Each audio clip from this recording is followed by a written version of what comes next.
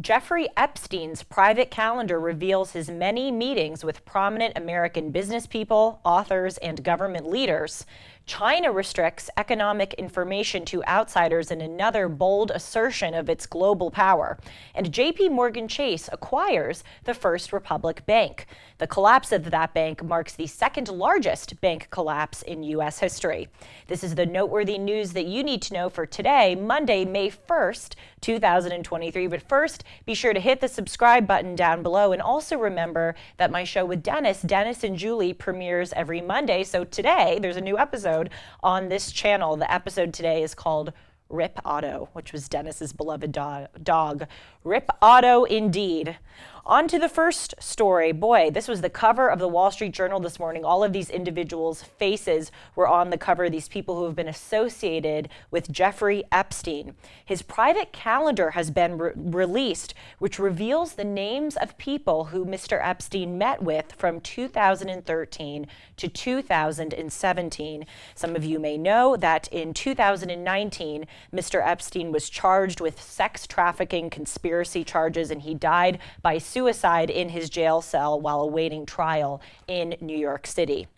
But he was also convicted in 2008 of a sex crime, and indeed he served jail for this crime, which was soliciting and procuring a minor for prostitution. So these individuals, whose faces are on the cover of this morning's Wall Street Journal, met with Mr. Epstein after he was already charged and indeed a convicted sex felon. So let's go through this disgraced list. And of course, there are many, many other names, but these are the most prominent individuals. First, the former Obama White House counsel and current Goldman Sachs general counsel, Catherine Ruemmler.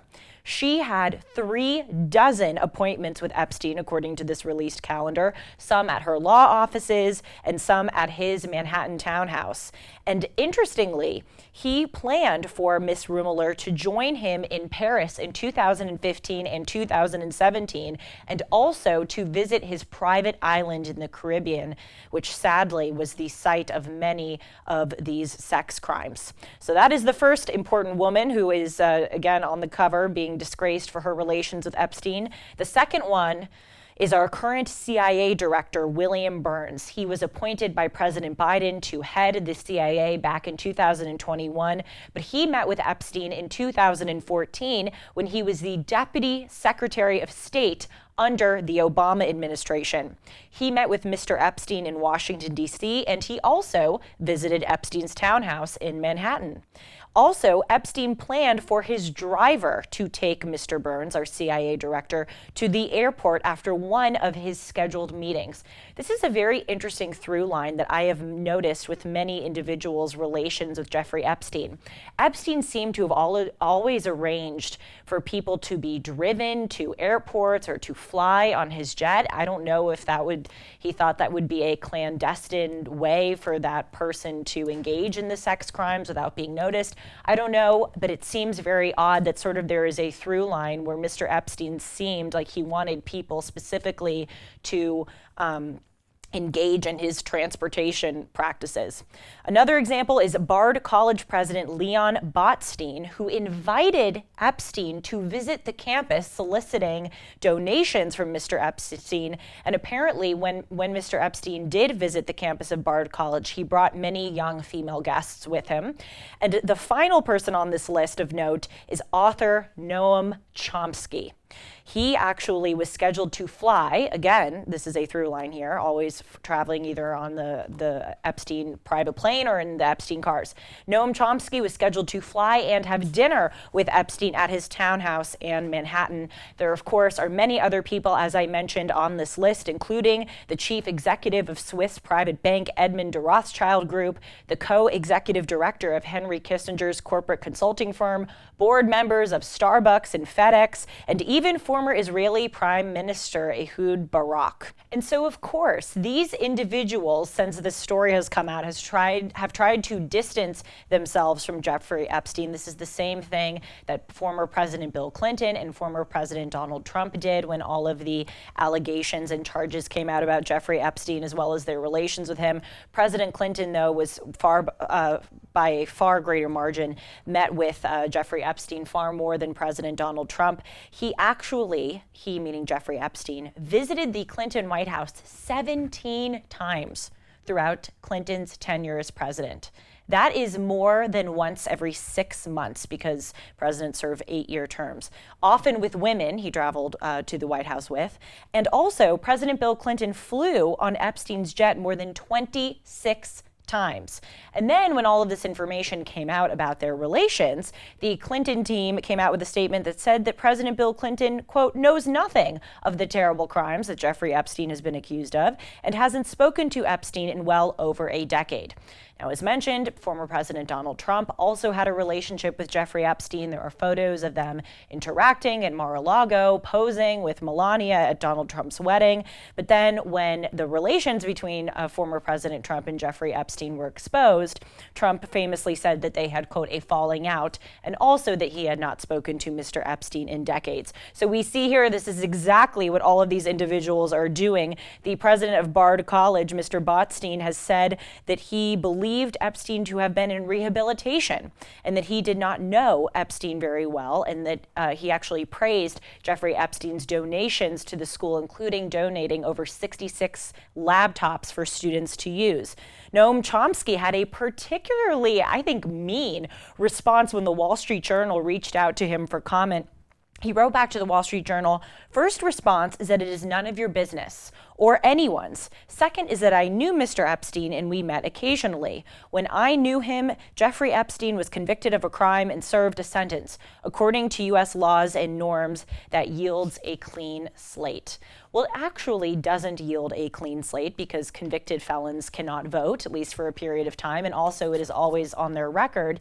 And it actually is individuals' business if someone like Mr. Chomsky had improper relations with Jeffrey Epstein, or if he, God forbid, engaged in some of the crimes that Jeffrey Epstein himself was accused of. Also, couldn't Mr. Chomsky have just written back to the Wall Street Journal, no comment? Why did he have to be so rude?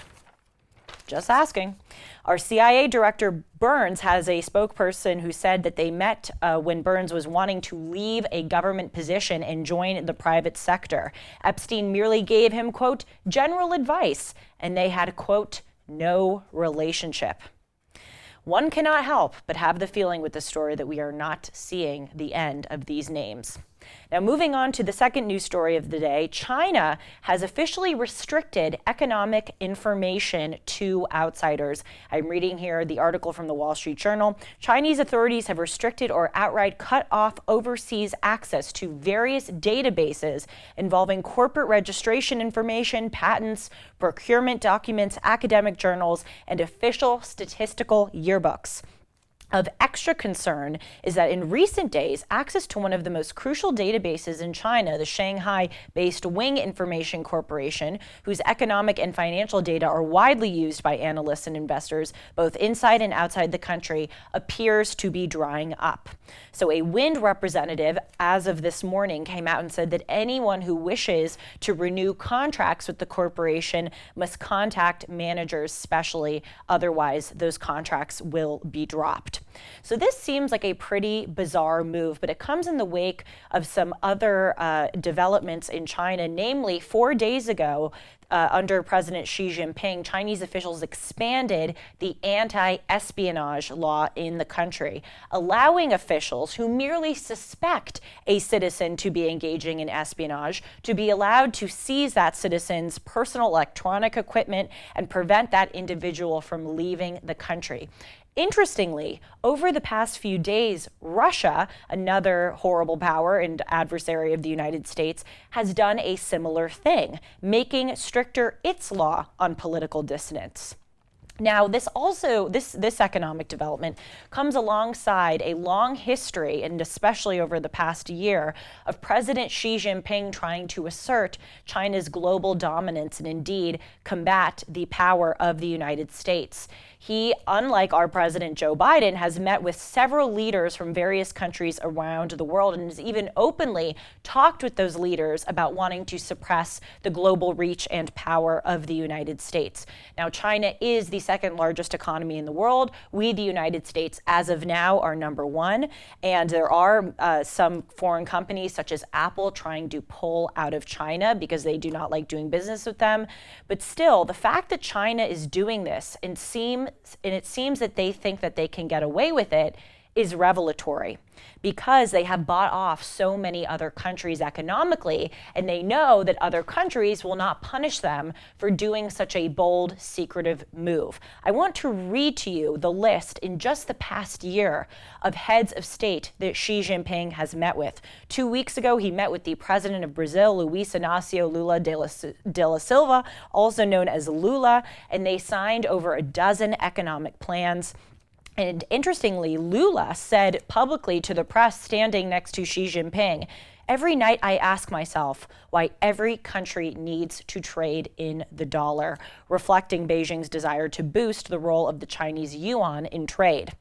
Also 2 weeks ago, President Xi Jinping met with French President Emmanuel Macron, hosting him in Beijing. And they actually talked about how Europe was too subservient to the United States on China policy. President Macron even said that he believes that his country must not be followers with regard to the United States' stance on defending Taiwan. In February of 2023, Xi Jinping hosted Iranian President Ibrahim Raisi. The Chinese state-owned companies are building a railway line in Tehran and also redoing Tehran's International Ayatollah Khomeini Airport. In March of this year, Wang Yi, which is China's top diplomat, had peace talks with Mohammed bin Salman of Saudi Arabia and President Ibrahim Raisi of Iran. Those two countries have historically, at least over the past decade, been adversaries, and China facilitated their diplomatic coming together. Also in March, Xi Jinping visited Moscow with Putin. They called each other dear friends, and they said that they have, quote, a friendship without limits. China has bought more Russian oil and natural gas, boosted shipments of electronics, chips, and other goods amid Western sanctions. And they both said, that is President Putin of Russia and President Xi of China, that their alliance is a good counterweight to U.S. hegemony. They both said publicly that the U.S. is trying to, quote, contain the development of their countries. Are you noticing a theme here? In November of 2022, Xi Jinping met with German Chancellor Olaf Scholz, who visited China, and they talked about, guess what, the need to combat the United States' global hegemony in China. Also, guess what, is building railway lines in Germany. And the final example I'll give is that 9 months ago, President Xi met with Gustavo Petro of Colombia. And of course, a state-owned Chinese company is building a new metro line in Bogota. So when something like this happens, President Xi and Chinese officials are restricting economic information to foreigners. The reason why they are doing this, as I said a few minutes ago, is that they think that they can get away with it. And the truth is they can. They have engaged in these industrializing projects with other countries, pitted other countries against the United States. And so they think that they can make a bold move like this because no one is going to challenge them. This development was front and center just a few months ago when that infamous Chinese spy balloon traversed across the United States. And then a second one traversed over Latin America, and it went over countries like Colombia and Costa Rica. And it was very interesting because many of the leaders of those countries acknowledged that a spy balloon traversed over their land, but they did not question China and actually dutifully repeated the narrative that the Chinese put out, that it was a weather reconnaissance balloon. That is a perfect example of these powers being bought off by China and feeling like they cannot challenge China even when it does something bold. I want to play for you 3 clips that I have played on this show before of our president, Joe Biden, talking about China. China is very quickly becoming the #1 foreign threat to the United States. Indeed, it already is. And in 2024, we really, really need to vote on China. Let's hear what our president said in his most recent State of the Union address about the threat that China poses. Before I came to office, the story was about how the People's Republic of China was increasing its power and America was failing in the world. Not anymore. Does this most recent development look like a not anymore situation? He continues with more lies. Today, we're in the strongest position in decades to compete with China or anyone else in the world. Anyone else in the world. Again, does that really seem so, given how much Xi Jinping has asserted his global economic and political dominance and the amount that he has met with countries' leaders from around the world? So that was just a few months ago. Let's go back to when then candidate Biden was running for president. This is the most infamous of all of the China blunders he has given. China is going to eat our lunch? Come on, man. They can't even figure out how to deal with the fact that they have this great division between the China Sea and the mountains in the west. They can't figure out how they're going to deal with the corruption that exists within the system. I mean, they're not bad folks, but guess what? They're not competition for us. I am telling you, the CCP officials are sitting in a boardroom watching these clips and laughing. Now on to our final news story of today. JP Morgan Chase, which is the largest bank in the United States and indeed in the world, has officially acquired the First Republic Bank after that bank collapsed and after the government took it over. So just as background, the First Republic Bank was headquartered in San Francisco and it catered to especially wealthy clients. And so they came out with a statement a few weeks ago saying that they saw an unprecedented withdrawal of deposits, $100 billion indeed in withdrawal deposits, after the Silicon Valley Bank and the Signature Bank collapses of a few months ago. Actually, the First Republic Bank lost over 90% of its stock value from early March, which prompted the United States government to officially seize the bank. And the FDIC, or the Federal Deposit Insurance Corporation, this morning sold the bank to JP Morgan Chase. JP Morgan Chase is acquiring all of the First Republic's $103 billion in deposits and all of the company's $229 billion in assets. Though JP Morgan Chase did agree to share a loss agreement with the FDIC with regard to single-family residential mortgages and commercial loans. Also, JP Morgan Chase will not take First Republic's corporate debt or preferred stock. So this is a source of good news that JP Morgan Chase is buying this bank because it provides a level of economic security. That being said, this failure of the First Republic Bank is not something that we should just gloss over.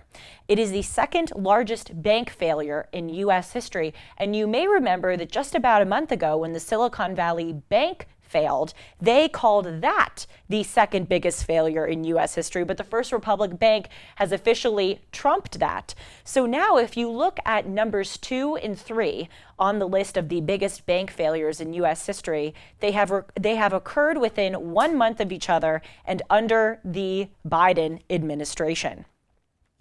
The FDIC, as we all know, bailed out the Silicon Valley Bank and also Signature Bank because the Federal Deposit Insurance Corporation insures deposits that are up to $250,000. But 90% of the depositors of the Silicon Valley Bank had deposits that were well over $250,000. So the FDIC guaranteed $18 billion in uninsured deposits at the Silicon Valley Bank.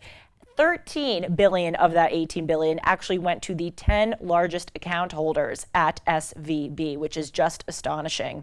13 billion also went from the FDIC as a result of the First Republic Bank implosion. And so President Biden has said that this bailout by the FDIC is not a taxpayer bailout, but actually it will come from the fact that banks will have to pay higher fees to belong to the FDIC. He doesn't want to admit that it is a taxpayer bailout bailout. But if banks have to pay a higher fee to belong to the FDIC, then how are they going to get that money? They're going to dip into depositor funds. We are depositors, we are taxpayers. So he is not acknowledging that it is on the backs of American people that are bailing out these big banks. As I said in the last segment, in 2024, we have to vote on China, but we also have to vote on the economy. And I want to highlight for you, our president, not unlike China, lies about the state of our economy too. Let's listen to what he said just about a month ago of the Biden administration policies with regard to economics. And here's where we stand.